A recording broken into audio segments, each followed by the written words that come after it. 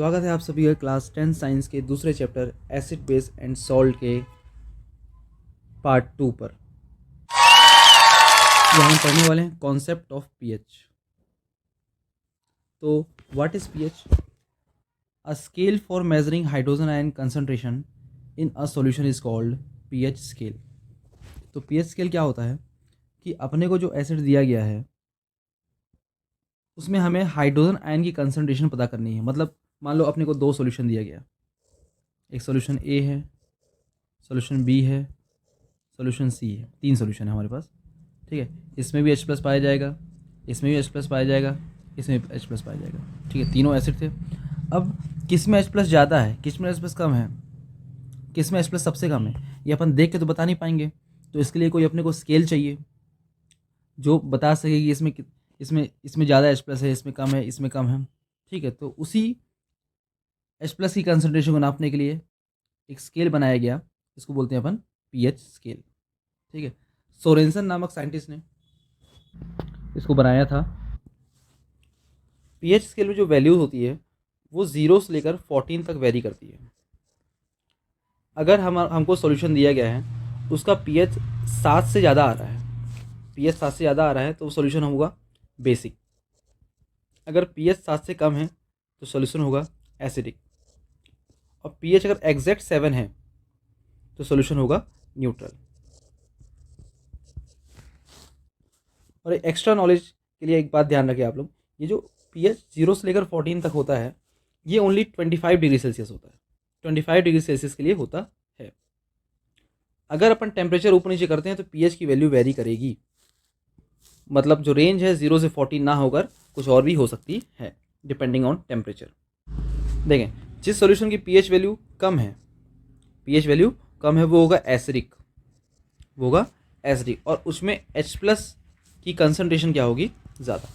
मतलब क्या कि अगर H प्लस की कंसंट्रेशन ज़्यादा है तो पीएच वैल्यू कम होगी, और इसके अपोजिट H प्लस की कंसंट्रेशन कम है तो पीएच की वैल्यू ज़्यादा होगी। उल्टा काम करता है, ध्यान रखें।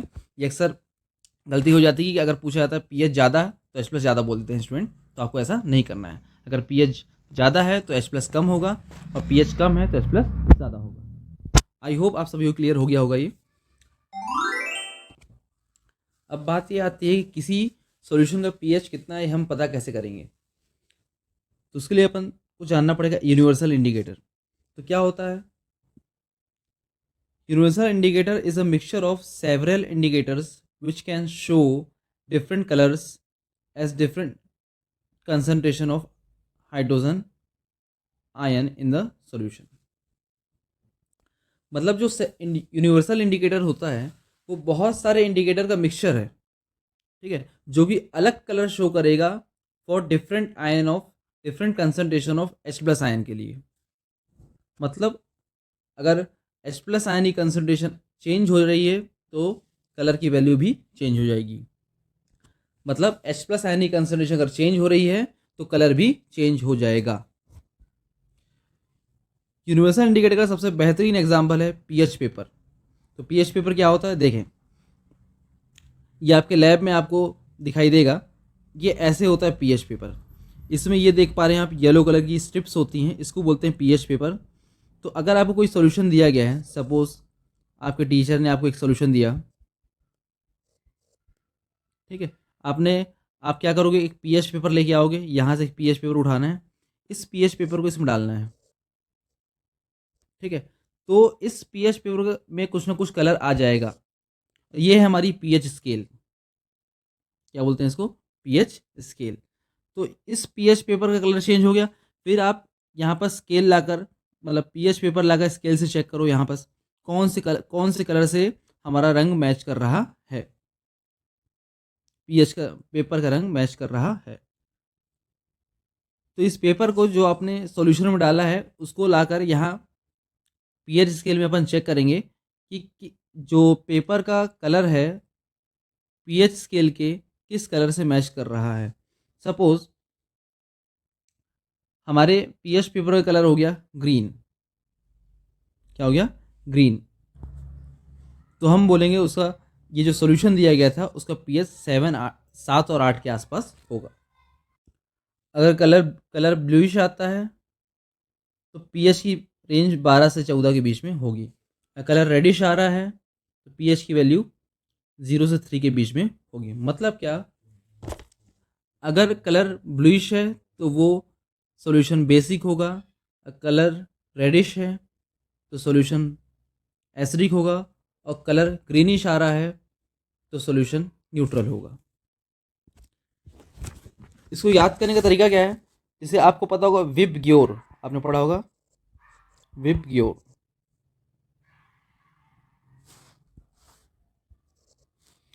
We for violet, I for indigo, blue, green, yellow, orange, red. मतलब अगर वॉलेट के आसपास कलर मिल रहा है अपने को तो हम बोलेंगे पीएच 13-14 के आसपास है। सिमिलरली इंडिगो मिल रहा है कलर तो पीएच 11 से 12 के आसपास होगा। ग्रीन में पीएच पेपर का कलर अगर वॉलेट के आसपास मिल रहा है तो उसका पीएच 13 से 14 के बीच में होगा। अगर वो हमको इंडिगो दिखाई दे रहा है तो पीएच 10 से 12 के बीच में होगा। अगर हमको ब्लू दिखाई दे रहा है तो पीएच 8 से 10 होगा। ठीक है। सिमिलरली अगर पीएच रेड दिखाई दे रहा है, मतलब पीएच पेपर का कलर रेड आ रहा है तो पीएच की वैल्यू 0 से 2 के बीच में होगी। यहाँ पर क्या शो किया गया है, हम राइट साइड में जा रहे हैं तो सॉल्यूशन का बेसिक नेचर इंक्रीज हो रहा है, लेफ्ट में जाने पर सॉल्यूशन का एसिडिक नेचर इंक्रीज हो रहा है, राइट जाने पर concentration of H plus ion बढ़ रही है, मतलब concentration of H plus ion ज़्यादा मिलेगी तो पीएच की वैल्यू ज़्यादा होगी, और concentration of H plus ion अगर कम होगी तो पीएच की वैल्यू कम होगी। ये वाले स्नैपशॉट में कुछ पीएच वाले सॉल्यूशन को शो किया गया, जैसे बैटरी एसिड का पीएच 1 होता है, गैस्ट्रिक एसिड का पीएच 2 होता है, हाइड्रोक्लोरिक एसिड पीएच 3 होता है। तो आप अगर आपके पास याद करने की कैपेसिटी है तो आप इसको याद रखें, अदरवाइज कोई ज़रूरी नहीं है।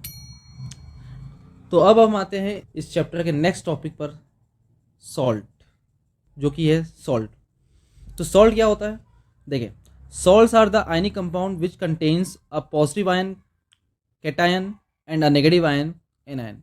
तो सॉल्ट क्या होता है, एक आयनिक कंपाउंड है जिसमें एक पोर्शन पॉजिटिव आयन होता है और दूसरा नेगेटिव आयन होता है, जैसे NaCl। ठीक है, हमारा फेवरेट सॉल्ट कौन सा, NaCl। तो NaCl में सोडियम हमारा पॉजिटिव होगा और क्लोरीन क्या होगा हमारा नेगेटिव, दोनों मिलकर क्या बना लेंगे, NaCl। एक चीज़ आप लोग ध्यान रखें, केवल NaCl को सॉल्ट नहीं बोलते हैं। जैसे बचपन में एक बात ध्यान रखें, केवल NaCl को बस सॉल्ट नहीं बोला जाता है। सॉल्ट क्या है, केमिकल्स की एक कैटेगरी है। NaCl का नाम होता है कॉमन सॉल्ट,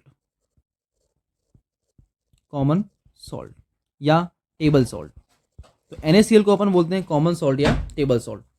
बोलचाल की भाषा में जनरली इसको सॉल्ट बोल दिया जाता है, लेकिन ओनली ये बस सॉल्ट नहीं है। ठीक है, ये देखो NaCl, इसको सॉल्ट बोलते हैं। सोडियम नाइट्रेट NaNO3 ये भी सॉल्ट है। मैग्नीशियम क्लोराइड ये भी क्या है, सॉल्ट है। और देखो कॉपर सल्फेट ये भी सॉल्ट है।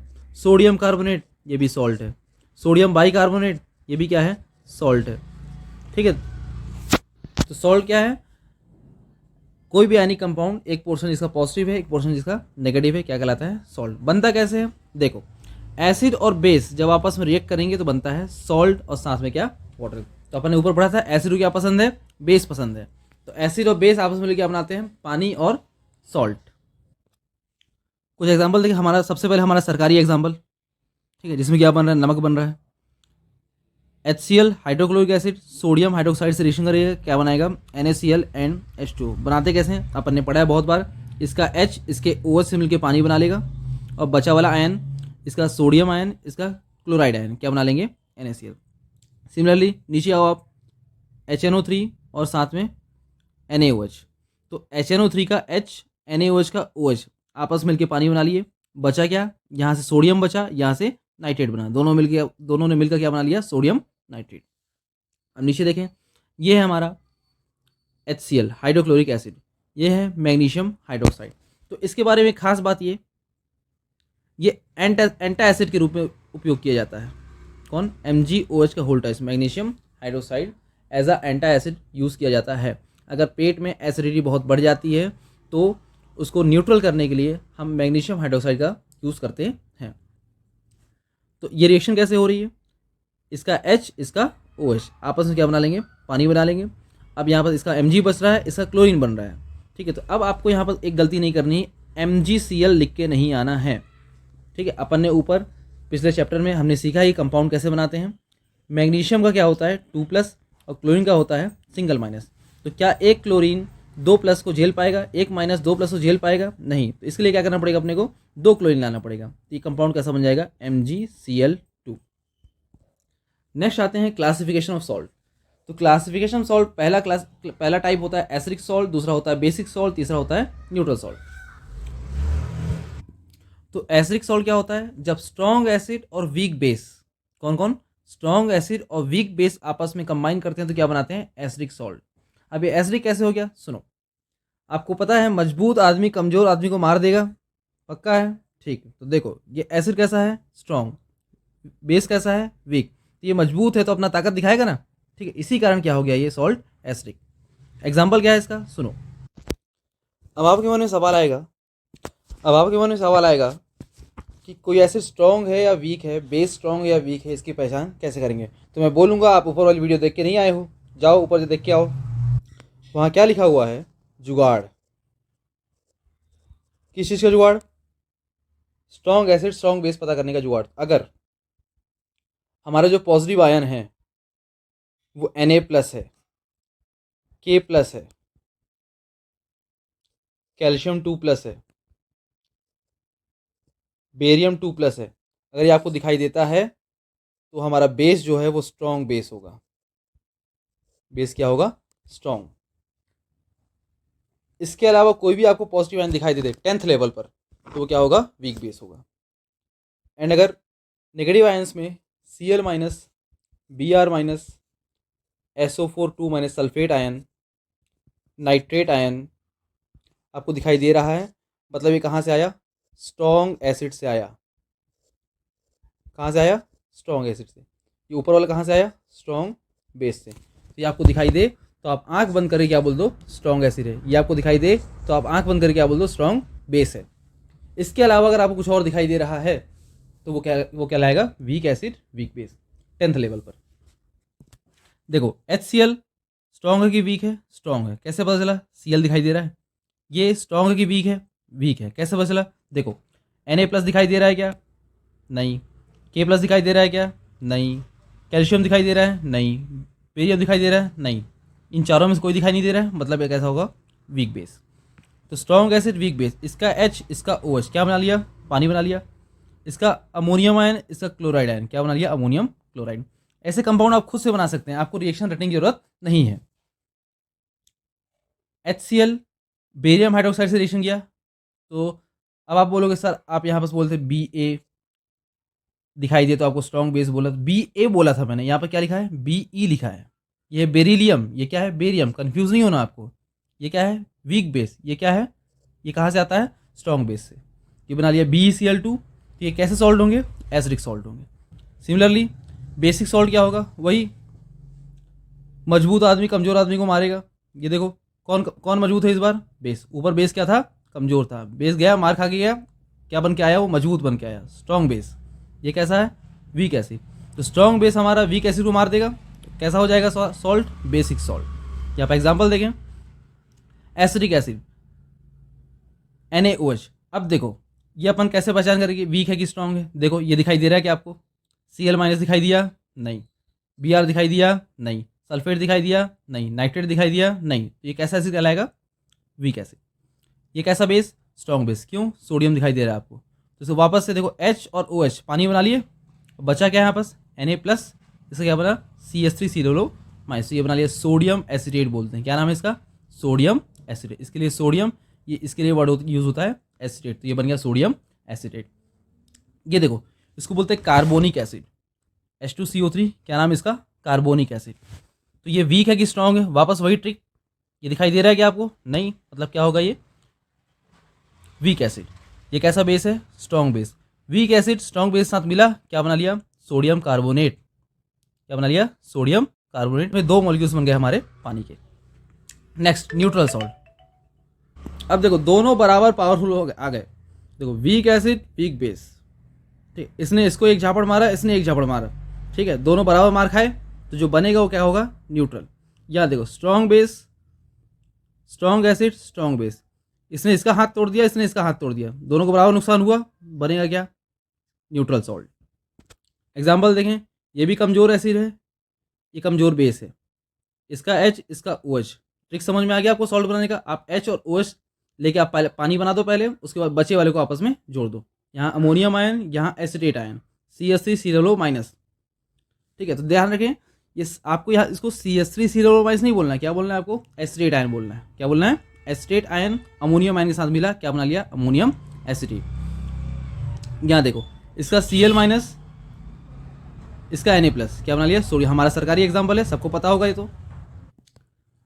अब देखें, ये जो चीज़ मैंने यहाँ पर समझाई है, यहाँ पर की पॉइंट के रूप में लिख दी गई है।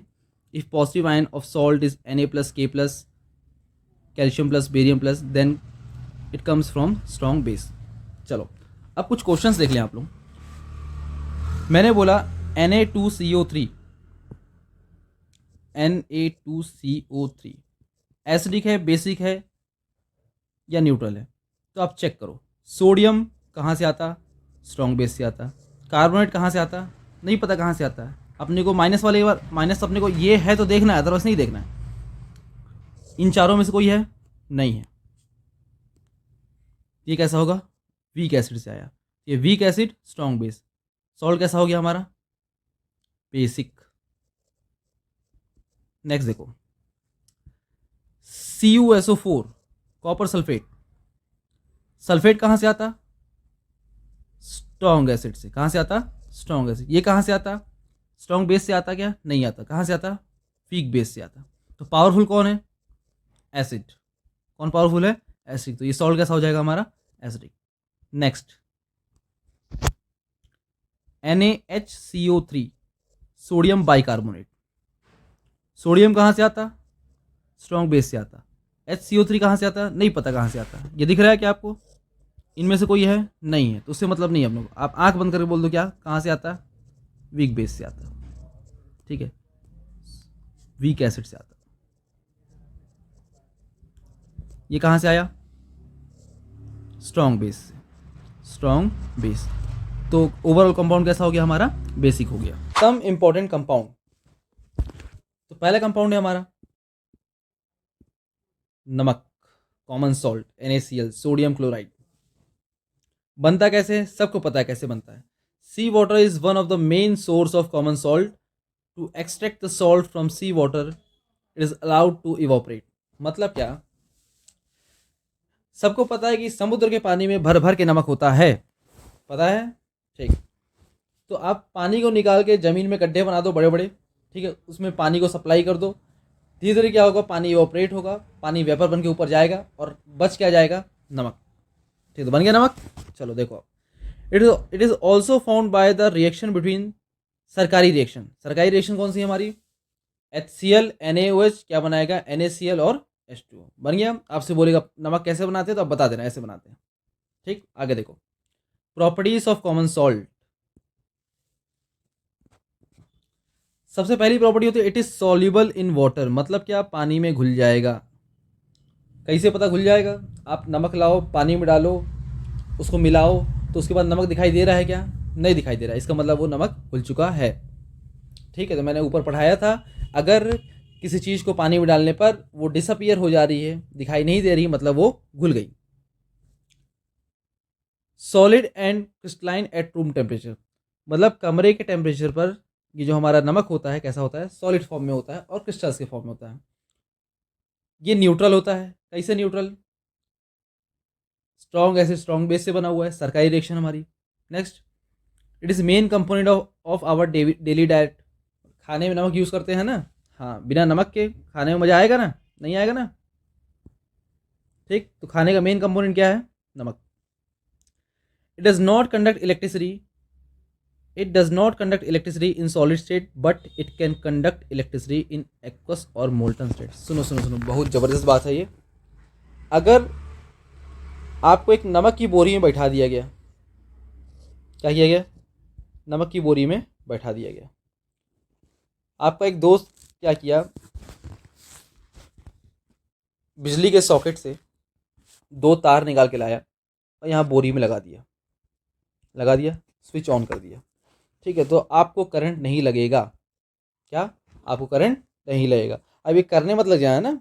हाँ, लेकिन अगर क्या किया, उसने 1 बाल्टी पानी डाल दिया आपके ऊपर, बोरी के ऊपर, ठीक है, उसके बाद फिर तार लगाया और स्विच ऑन कर दिया, तो इस कंडीशन में आपका रोस्ट बन जाएगा। क्या बन जाएगा? रोस्ट। ये हुआ कैसे? सुनो।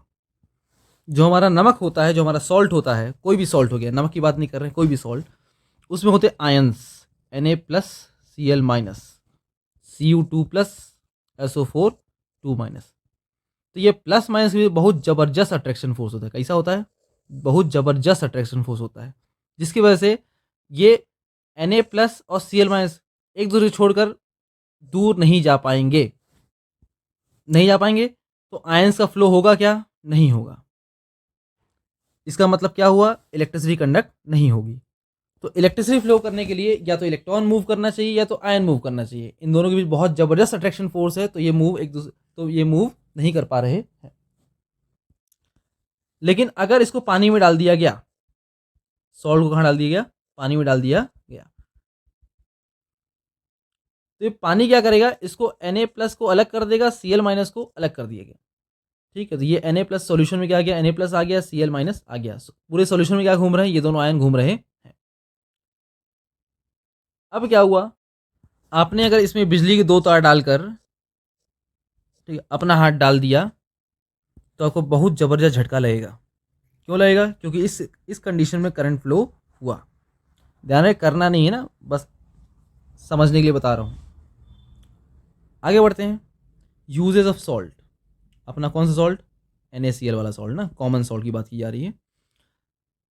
Salt has long been used for flavoring and preservating food. It is also used in the production of soap, chlorine, baking soda, etc. Today it is widely used in chemical industry. Next आता है हमारा uses of salt. Salt has long been used for flavoring and preservating food. It is also used in the production of soap, chlorine, baking soda, etc. Today it is widely used in chemical industries. मतलब क्या? साबुन बनाने में, chlorine बनाने में, baking soda बनाने में, NaOH बनाने में, सोडियम हाइड्रोक्साइड बनाने में, सब में क्या यूज़ होता है? अपना सॉल्ट यूज़ होता है। तो इसी सॉल्ट से बना पहला कंपाउंड है हमारा सोडियम हाइड्रोक्साइड। क्या है? बोलो। Sodium hydroxide. इसका दूसरा नेम क्या है? Caustic soda. फॉर्मूला क्या होता है? NaOH। बनेगा कैसे? सुनो। आप नमक लाओ, नमक को पानी में घोलो, घोलते रहो, एक गाढ़ा सोल्यूशन बन जाएगा। उस गाढ़े सोल्यूशन को बोलेंगे अपन ब्राइन। क्या बोलेंगे? ब्राइन। तो क्या होता है ब्राइन? नमक का गाढ़ा कंसनट्रेटेड सोल्यूशन क्या कहलाएगा? ब्राइन कहलाएगा। अब इस ब्राइन सोल्यूशन को पानी में घोल दो, फिर क्या करो? इलेक्ट्रिसिटी फ्लो करवाओ। क्या करवाएंगे अपन? इलेक्ट्रिसिटी फ्लो करवाएंगे, तो क्या बनेगा? सोडियम हाइड्रोक्साइड बनेगा, क्लोरीन गैस बनेगी और हाइड्रोजन बनेगा। इस खतरनाक प्रोसेस का नाम है क्लोर एल्कली प्रोसेस। नाम तो सुना ही होगा। क्या नाम है? क्लोर एल्कली प्रोसेस। चलो आ जाओ, इस टॉपिक को अपन डेप्थ में पढ़ते हैं, पोस्टमार्टम कर देते हैं पूरे टॉपिक का। आओ देखो, ये है हमारा सॉल्यूशन। कैसा सॉल्यूशन? इसमें वही अपन जो ब्राइन सॉल्यूशन बनाए थे वो है, प्लस क्या है? पानी। क्या किया अपन? इसमें 2 इलेक्ट्रोड लगा दिए। पहले वाले को बोल रहे हैं एनोड, जो कि पॉजिटिव होता है, दूसरे वाले को बोल रहे हैं कैथोड, जो कि क्या होता है? नेगेटिव होता है। अब क्या होगा? सुनो। सॉल्यूशन में H+ है, Cl- है। तो H+ क्या करेगा? पॉजिटिव चार्ज है, कहाँ मूव करेगा? नेगेटिव इलेक्ट्रोड, मतलब कैथोड की तरफ। H+ कहाँ मूव कर रहा है? कैथोड की तरफ। Cl- नेगेटिव आयन है, कहाँ भागेगा? पॉजिटिव की तरफ। पता है ना, प्लस को क्या पसंद है? माइनस, माइनस को क्या पसंद है? प्लस। तो होगा क्या, ये जो H प्लस आयन है ये कैथोड के पास जाकर हो गया न्यूट्रलाइज, H प्लस इलेक्ट्रॉन लेकर क्या बना लिया, हाइड्रोजन गैस बना लिया, और ये हाइड्रोजन गैस यहाँ से फुर्र हो गई। अब यहाँ पर जो क्लोरीन था Cl माइनस आयन, उसने क्या किया, एनोड पर आया, अपना इलेक्ट्रॉन डोनेट कर डाला और क्या बना लिया, क्लोरीन गैस। कौन सी गैस, क्लोरीन गैस। और ये क्लोरीन गैस यहाँ से बाहर निकल गई। तो आपसे पूछा गया कि क्लोर एल्कली प्रोसेस में हाइड्रोजन गैस कहाँ रिलीज होती है, तो क्या बोलोगे, कैथोड पर रिलीज होती है। क्लोरीन गैस कहाँ रिलीज होती है, तो क्या बोलोगे, एनोड पर रिलीज होती है। तो ये सब मस्त आप पढ़ के गए। इसके बाद एग्जाम वालों ने पूछ लिया, बताओ क्लोर एल्कली प्रोसेस में NaOH कहाँ रिलीज होता है। तो आपको याद रखना पड़ेगा, NaOH किस साइड बनता है, कैथोड की साइड। क्या बोला गया, NaOH किस साइड बनता है, कैथोड की साइड। वापस से एक बार, क्लोरीन कहाँ बनता है, एनोड की साइड। हाइड्रोजन कहाँ बनता है, कैथोड की साइड। NaOH भी कहाँ बनता है, कैथोड की साइड। क्लियर है, वही चीज़ मैंने यहाँ पर शो की गई है, आपको पूरा पूरा समझ में आ जाएगा। अब देखो, uses of the product of chlor alkali process, कौन कौन सा प्रोडक्ट है, हाइड्रोजन है, क्लोरीन है, सोडियम हाइड्रोक्साइड है। इसको आपको डायग्राम से पढ़ना है, क्या क्या यूज़ है इसके। देखें यहाँ पर क्लोरीन कहाँ यूज़ होता है, वाटर ट्रीटमेंट, मतलब क्या, पानी को साफ करने में, स्विमिंग पूल में यूज़ होता है, PVC बनाने में होता है, CFC बनाने में यूज़ होता है, पेस्टिसाइड्स बनाने में होता है। देखो इतने सारे आपको याद नहीं हो पा रहे, आप दो ठो याद रख लो बेहतरीन टाइप का, ठीक, उसको एग्जाम में जाके लिख दे रहा। हाइड्रोजन कहाँ यूज़ होता है, एज ए फ्यूल यूज़ होता है, अमोनिया बनाने में यूज़ होता है। ठीक है, सबसे मेन काम क्या है, अमोनिया बनाने में यूज़ होता है, दूसरा काम क्या है, फ्यूल बनाने में यूज़ होता है। नेक्स्ट, सोडियम हाइड्रोक्साइड कहाँ यूज़ होता है, दो तीन आपको जो आसान लग रहे हैं याद रखो, जैसे सोप एंड डिटर्जेंट बनाने में यूज़ होता है, और क्या, पेपर मेकिंग में यूज़ होता है। ठीक है, दो आपको याद हो जाएंगे।